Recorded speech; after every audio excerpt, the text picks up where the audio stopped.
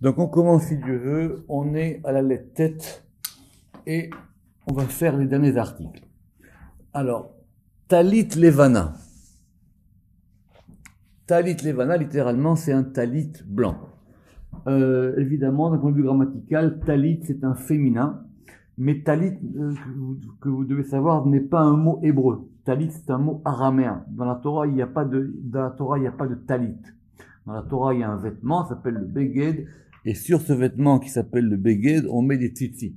Simplement, on a dans la Mishnah ce mot de talit qui désigne le vêtement sur lequel on met des tzitzit. Juste pour comprendre, évidemment, il n'y a pas, d'après la halacha, de couleur spécifique pour le talit. D'accord? Le talit, il peut être de n'importe quelle couleur. D'ailleurs, il y a plusieurs manières. Simplement, il y a juste marqué dans le Rambam, c'est repris dans le Shulchan Aruch, que c'est bien que le talit il soit de la même couleur que les tzitzit. Alors, vous savez que les tzitzit, en général, ils sont blancs, mais évidemment, ils ont un fil techelet. D'où la fameuse question, ceux qui savent que Korach, il a posé à Moshe quand il a dit, et si on a un talit techelet, est-ce qu'on a besoin de mettre un fil techelet? Mais cette notion de talit levana, parce que on voit souvent des talits de diverses couleurs, et on voit aussi après des talits avec des rayures, ça s'appelle des passim. C'est assez compliqué parce qu'on a trouvé des passim dans des vieux talitotes, dans des fouilles archéologiques. Et après, c'est devenu la mode de mettre aujourd'hui des talits avec des rayures noires et voire des rayures bleues. Et après, on a fait plusieurs couleurs pour les talits. Aujourd'hui, en Israël, il y a plusieurs types de couleurs. Mais donc, cette notion de talit blanc, c'est une notion kabbalistique. D'accord? Et en général, les Sfaradim ou les gens qui viennent de ce qu'on appelle la Hadout HaMizrach, c'est-à-dire qui viennent littéralement des communautés de l'Est, on a l'habitude de porter un talit blanc, complètement blanc. Mais donc, c'est ce qu'on va voir aujourd'hui. Cette expression de talit levana, elle est dans le Zohar. Alors, c'est quoi? Donc, du coup, on a talit, le talit, on va voir évidemment qui est lié au tzitzit, et on a la couleur blanc, Donc, comment est-ce que les deux vont se raccorder? Piresh Rabbi Moshe Shua Chochma. Rabbi Moshe, il a expliqué donc dans le Sefer Hashem, qui est attribué à Rabbi Moshe de Léon, mais qui n'est pas, bon bref, que c'était la Chochma, Ve'atam, et pourquoi? Parce que quand on va attribuer des couleurs aux sphirotes, certains pensent que Chochma, sa couleur, c'est le blanc. Ve'atam, Shilivana, Besod Arachamim, parce que le blanc, c'est évidemment la couleur de la générosité ou de la miséricorde. Vehi, Metsuyetzet. Et donc, la Chochma. Donc, si on dit que c'est la Chochma, et que elle serait du côté des miséricordes, et pourquoi est-ce que le talit, il serait du côté de Chochma? Parce que le talit, il va être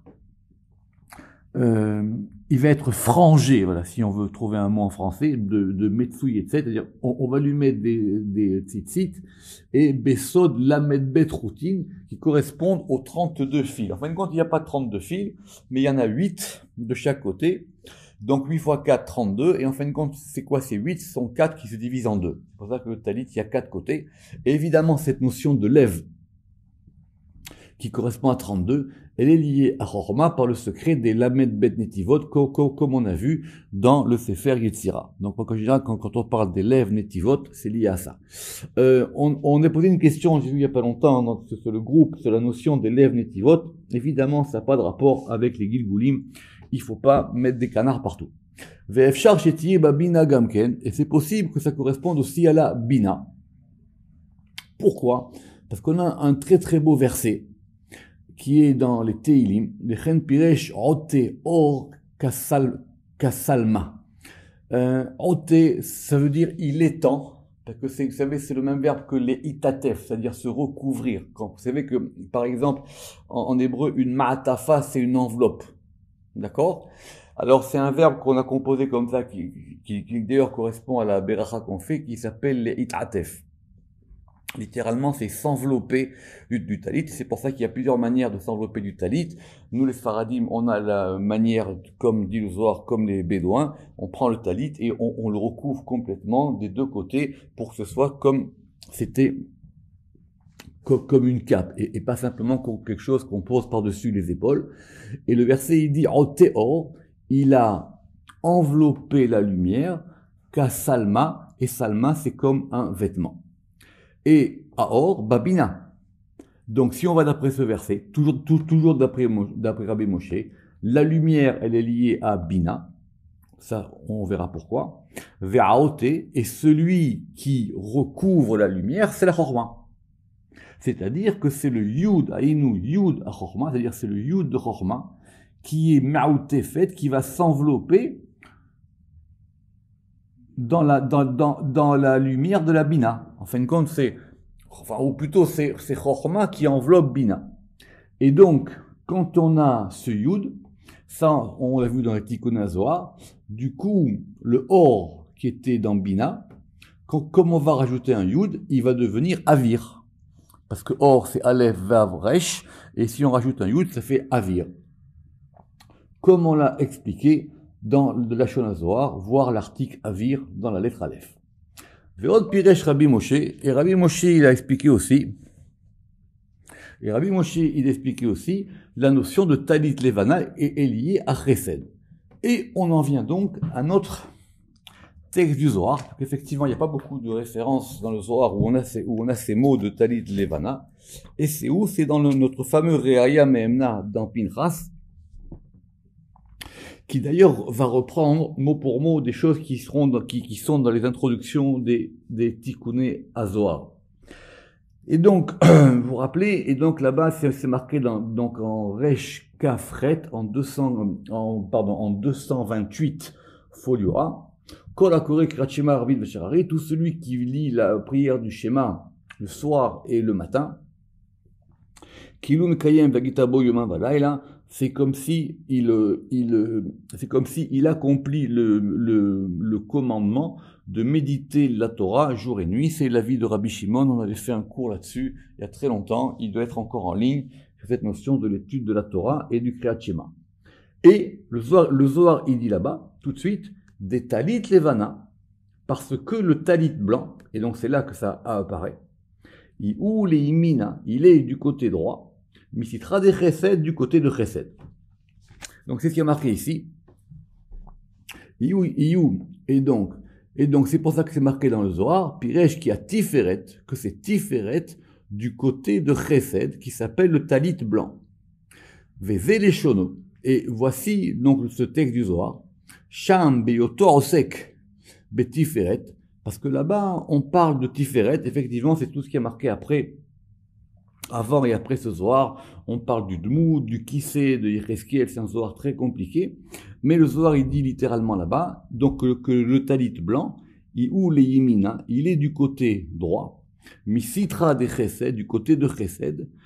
Deitmar, comme il a été dit, El Melech Yoshev al Kisera Hamim ou Mitnaeg Bachasilut.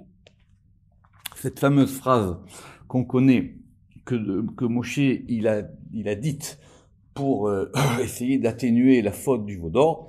Et donc, évidemment, là-bas, d'après le Zohar, on comprend que c'est lié à Tiferet, Vekavanato, Tiferet, et là-bas, on parle de Tiferet. Donc, en gros, le talit, c'est l'axe central, et comme il est blanc, il est lié à Chesed. Vechen Mevoir Sham Bafirouche, et c'est expliqué là-bas de façon claire. Ou Bema, chez Piresh Beinyan Or. Et maintenant, ce qu'il avait dit Rabbi Moshe à propos de cette notion de la lumière. Parce que quelque part, le talit, c'est comme un habit de lumière. Nidbaeru Kulu Pirushim, toutes les explications, elles sont claires. Parce qu'effectivement, le talit, c'est quelque chose qui recouvre, c'est quelque chose qui protège. Le talit, c'est un vêtement qu'on met pour être protégé. C'est comme une enveloppe. C'est ça, c'est pour ça qu'on dit leitate vetitzit. On est enveloppé par le talit. Et d'ailleurs, d'après le Zohar, il dit qu'effectivement, le talit se met sur la tête. D'accord? Parce qu'il faut être complètement protégé depuis la tête. Kiikar. Pourquoi? Kiikar talit levana. Parce que le principe du talit blanc, c'est de la lumière. Velachen, Yizdak betiferet. Et donc, on peut lui attacher, et donc, il est Yizdak, donc il est convenable d'attacher ça au degré de Tiferet. Pourquoi? Parce qu'on a dit que c'est quoi? Torah or. Et la Torah, elle est lumière. Or, Torah, c'est Tiferet. Donc, c'est cet habit-là de lumière qu'on a sur nous. Et effectivement, Veistadek Babina, et on peut aussi l'attribuer à Bina, et on peut aussi l'attribuer à Chesed, comme on l'a expliqué à l'article or qui est Aleph, donc qu'on a fait plus haut. Mais en tout cas, je répète, voilà, c'est la référence du Zohar. Une fois, quelqu'un il m'a dit, mais d'où vous portez des talits blancs? Ben, il dit, il y a des choses qui indiquent pourquoi il faut un talit blanc. Après, on a Téné. Alors, Téné, c'est quoi? Téné, c'est dans la paracha Kitavo. C'est quoi la paracha Kitavo? C'est la paracha où on va rentrer en Eretz Israël, et là-bas, on a une mitzvah qui est la mitzvah des Bikurim. C'est-à-dire que, comme on va en Israël, on a un rapport particulier avec la terre et avec le temple.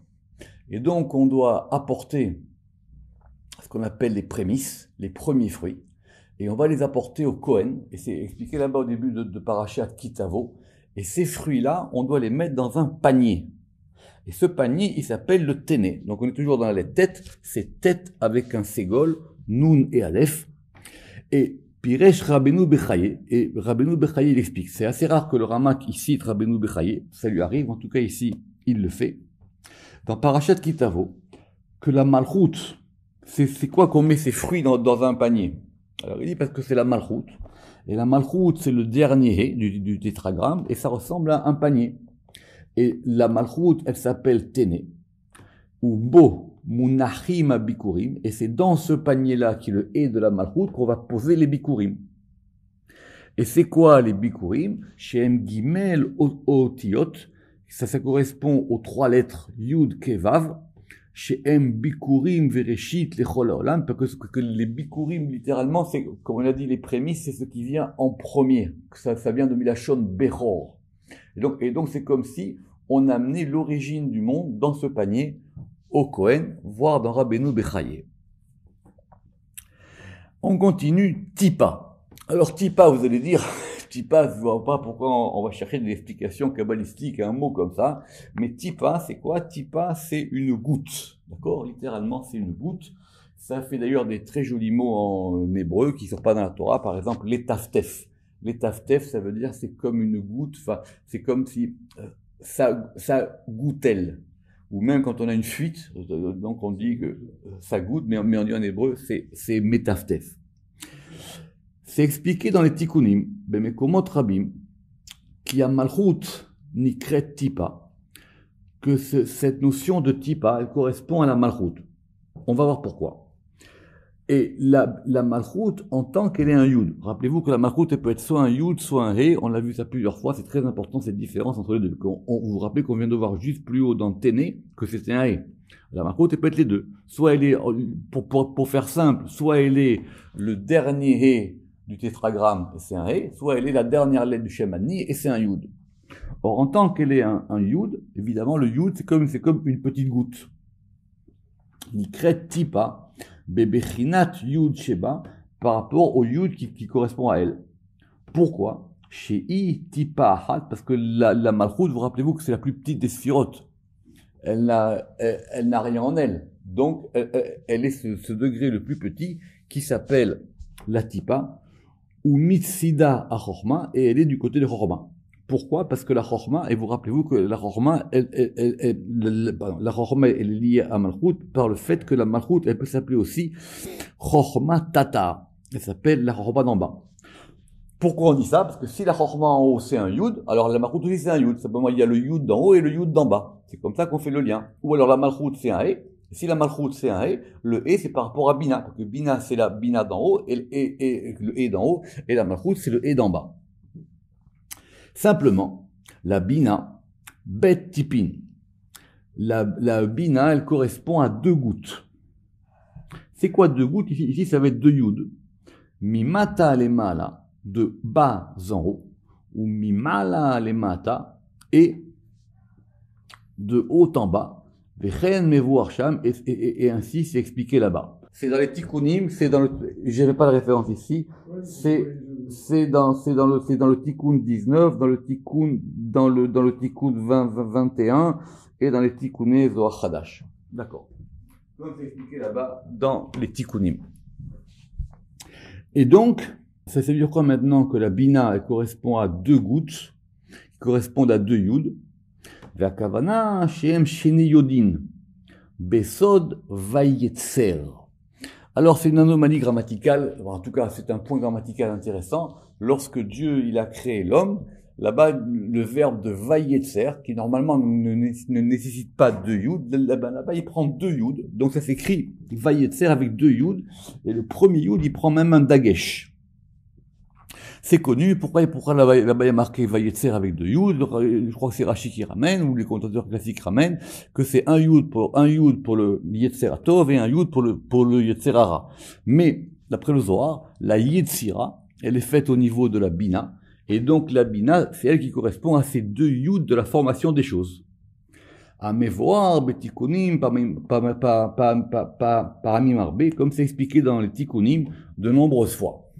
Mais on a aussi une goutte qui dit une goutte du côté de la klipa, qui est une goutte qui est du côté de la klipa et qui est du côté des écorces, et c'est ce qu'on appelle tipa serocha.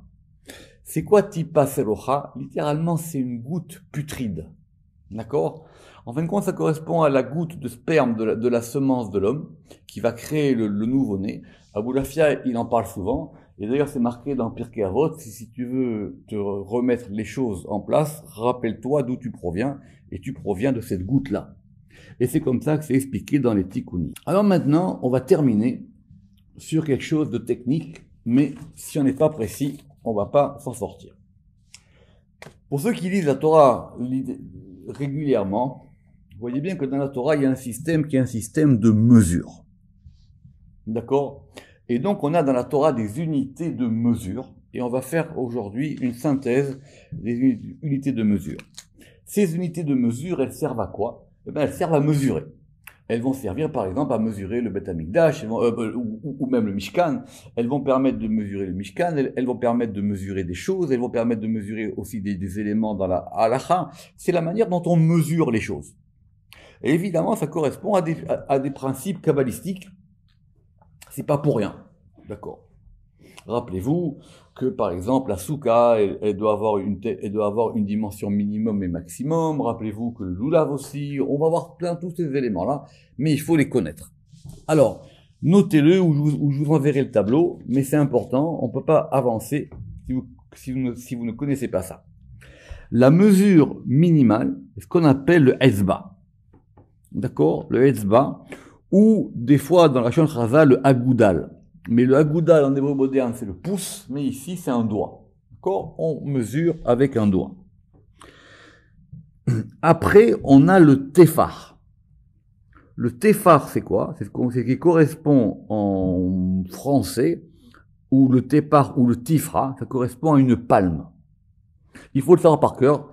Et le tefar, il fait 4 doigts. Donc c'est une palme. En gros, c'est ce qu'on appelle la mesure de 4 doigts. D'accord? Après, on a une mesure un peu plus grande qui s'appelle le zéret. D'accord? Le zéret, lui, c'est ce qu'on appelle un empan. Alors je vous dirai après à quoi ça correspond en termes de mesure, parce qu'il y a beaucoup de discussions dans la halacha pour savoir en gros. Donc en gros, le etzba, c'est en gros, c'est 2 cm. Le tefar, c'est 8 cm.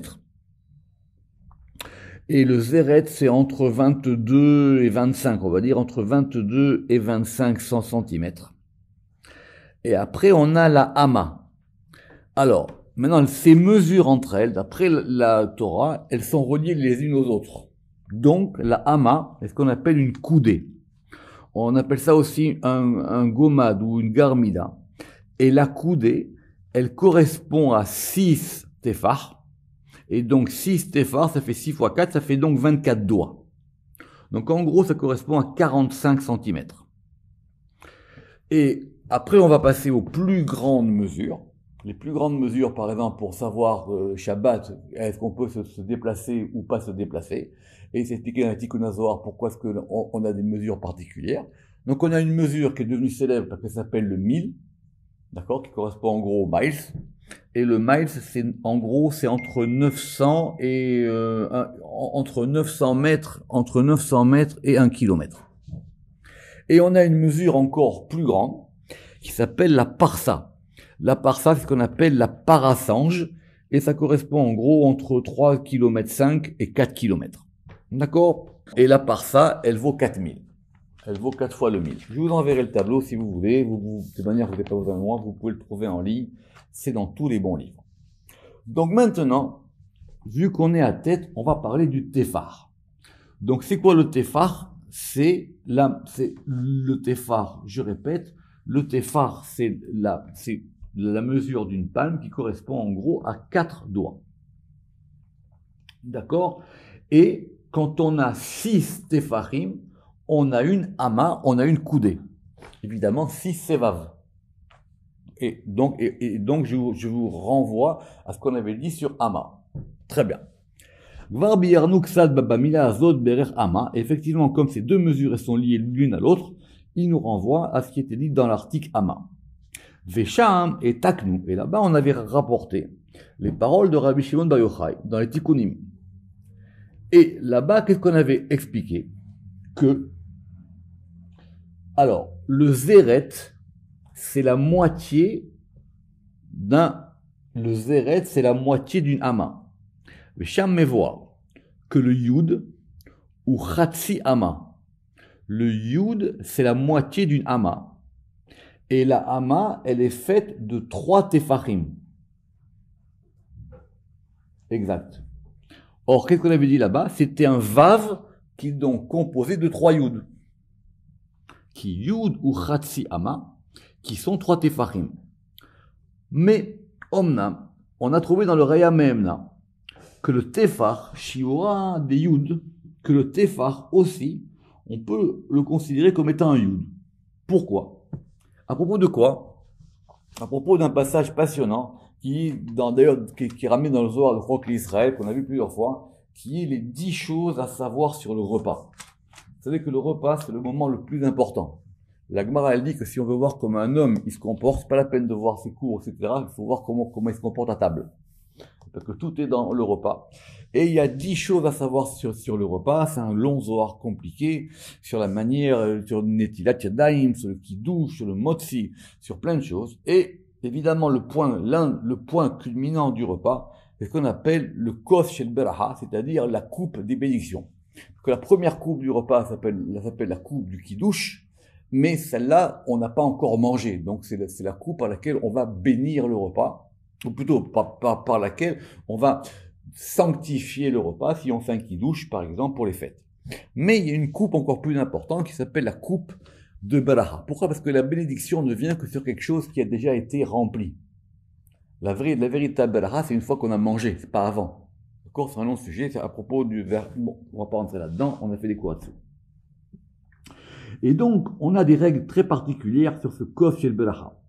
Parce que ce verre des bénédictions, évidemment, il correspond à la Shrina, donc il faut qu'on soit au minimum 3 pour pouvoir faire cette beracha, et c'est un verre particulier, et il doit avoir des mesures particulières, une manière particulière, même un vin particulier, et là-bas il y a marqué qu'en plus, on doit le prendre d'une manière particulière. Donc normalement, on le prend à 2 mains, et après on le prend avec une seule main, et après évidemment c'est la main droite, et c'est marqué comme ça là-bas dans le Zohar, ou mesalko minakarka, et on doit le lever du sol, tefach, à la hauteur d'un téphar.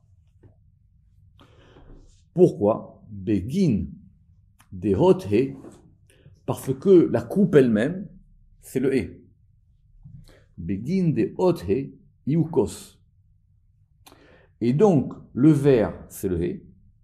Vetsarik les salkala, et il faut lever la coupe avec le yud. Donc, vous avez le he c'est le verbe, le he c'est le verre, le kos.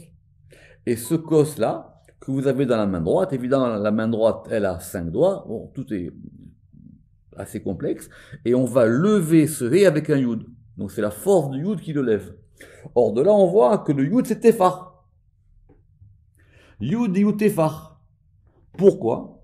Des B It Patrat, parce que c'est par lui que va s'ouvrir le He. C'est quoi le He? C'est le He des 5 doigts. Donc vous avez 5 doigts qui prennent un kos, et ce kos-là, c'est le kos qui correspond à la malchut, et on le fait monter par un Yud, et c'est un Yud par rapport à Tefar. Veine. Nire Medvara ve Perush, qui shiura de Yud Tefar. Donc on voit bien ici que la notion de Yud, bien qu'on avait dit que la notion de Yud, elle s'appliquait à Chatsi Ama, elle peut aussi s'appliquer à Tefar. Et donc on a donc maintenant deux enseignements qui sont un peu en conflit, on va dire de cette manière-là. Juste à Gav, puisqu'on est dans Hanouka, il y a des règles sur la hauteur où on doit poser la Hanoukia. Quelqu'un, il a dit qu'il y avait des règles d'après le Harizal. Moi, j'ai jamais vu ça dans le Harizal. D'accord? Peut-être d'après la Chayana, mais dans le Harizal, j'ai pas vu de règles particulières. Et on attribue malheureusement au Harizal beaucoup de choses auxquelles il n'avait même pas pensé d'en parler.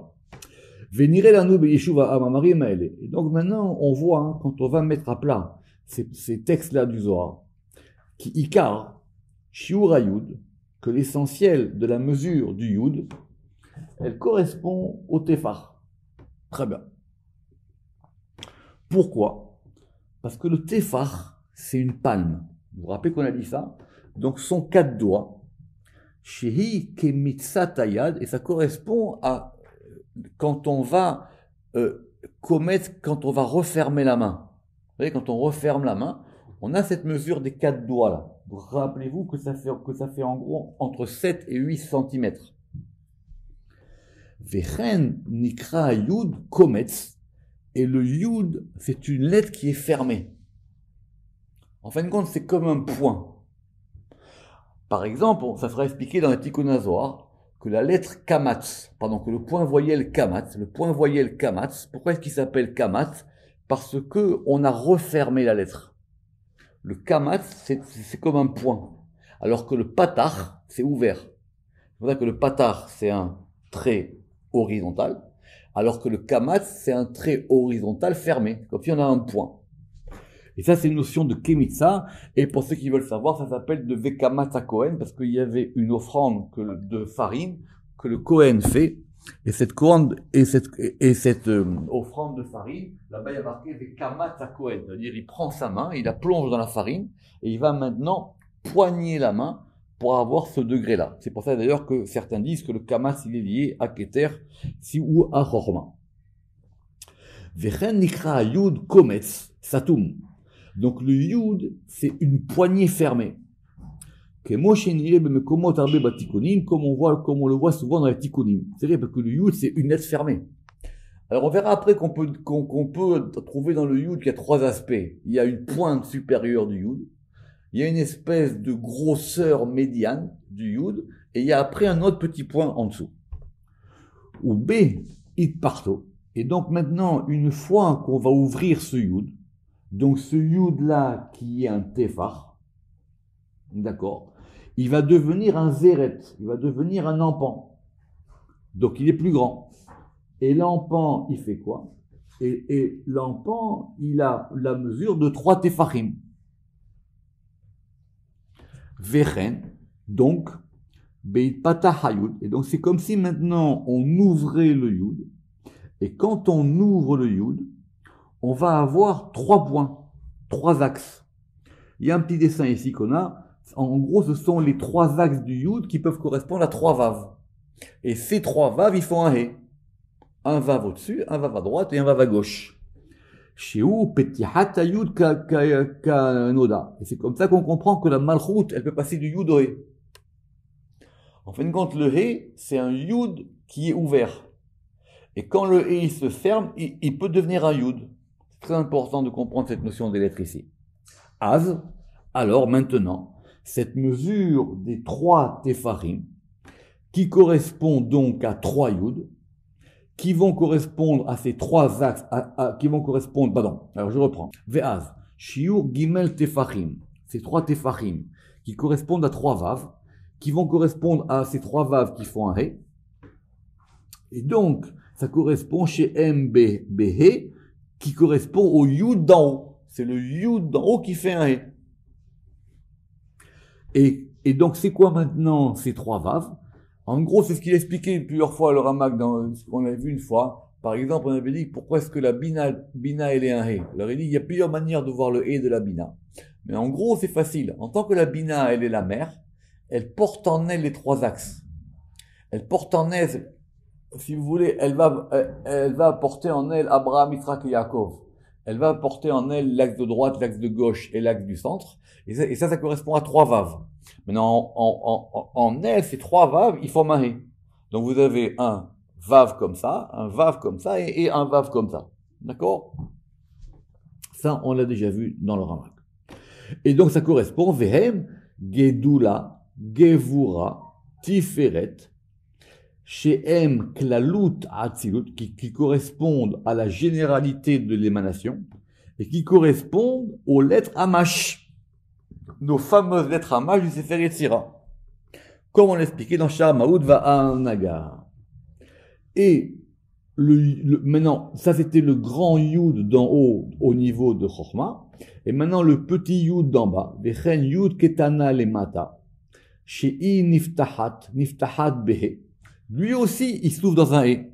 Simplement, ce He-là, il est composé aussi de trois vaves, mais ces trois vaves-là, au lieu qu'ils soient Gedula, Gevura et Tiferet, ils correspondent à Netzach, Od et Yesod.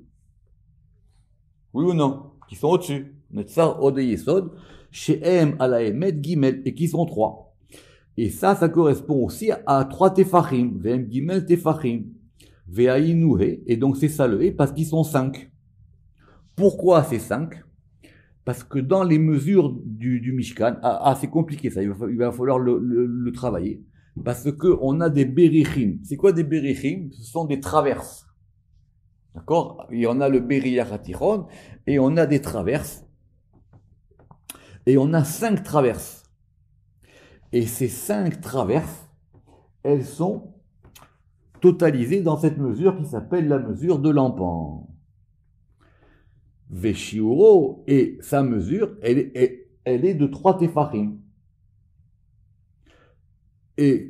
Ou Keshe Amrou, et quand on a dit que la mesure du Yud, elle était de 3 tefachim, c'est-à-dire c'est une fois que ce Yud il s'est ouvert.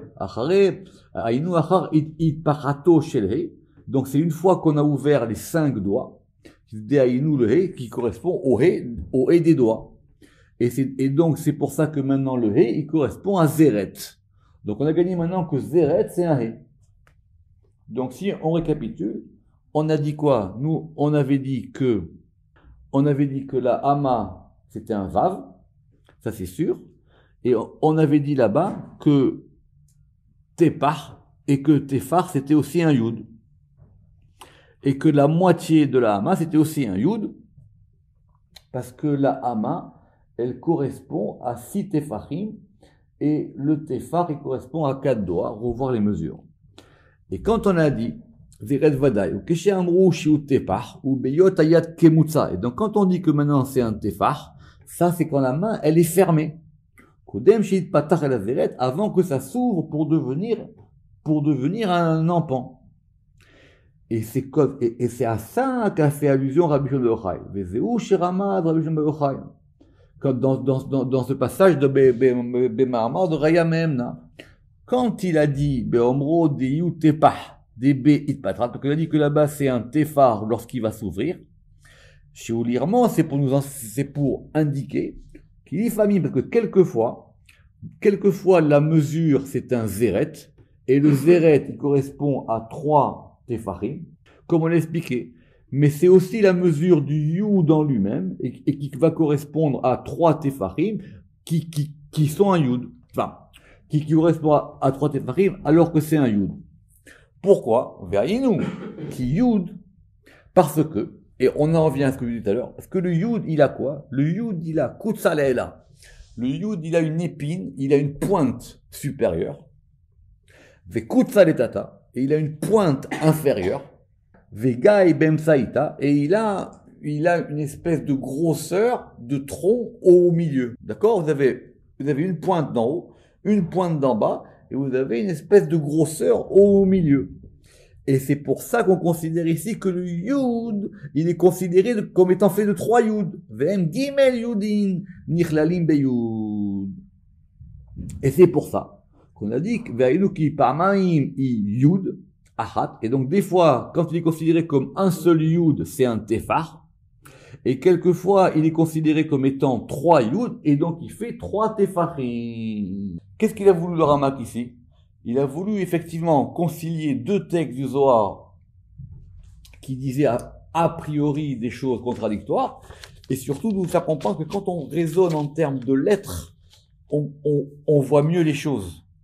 Et c'est ça que la Torah, elle veut. Que toutes les mesures de la Torah, évidemment, qu'elles correspondent à des choses. C'est pas simplement qu'on a dit, bon, bah, tu sais quoi, une souka, minimum, c'est comme ça, et un peu plus haut, comme on a voulu dire dans la Gemara que si la souka était trop haute, alors on voyait plus le ciel. Oui, d'accord, mais on peut toujours dire, pourquoi pas 98,9 cm ou plutôt que 89. Donc, les mesures, elles ont vraiment une importance, alpi à Kabbalah. Ad hena. Et donc voilà où est parvenu notre pauvre esprit à propos de l'explication Bebiur au tête, à propos de l'explication de la lettre tête. Be'ezrat, avec l'aide à Honen Dalim, avec l'aide de celui qui gratifie les indigents, c'est-à-dire les indigents d'esprit. Il y a le Rama qui dit voilà ce que j'ai pu faire avec la lettre tête. Ve'atan avolevaer erer ot yud. Et à partir de la semaine prochaine, si Dieu veut, nous commencerons l'étude de la lettre Yud. Baruch Adonai La'olam. Amen ve Amen.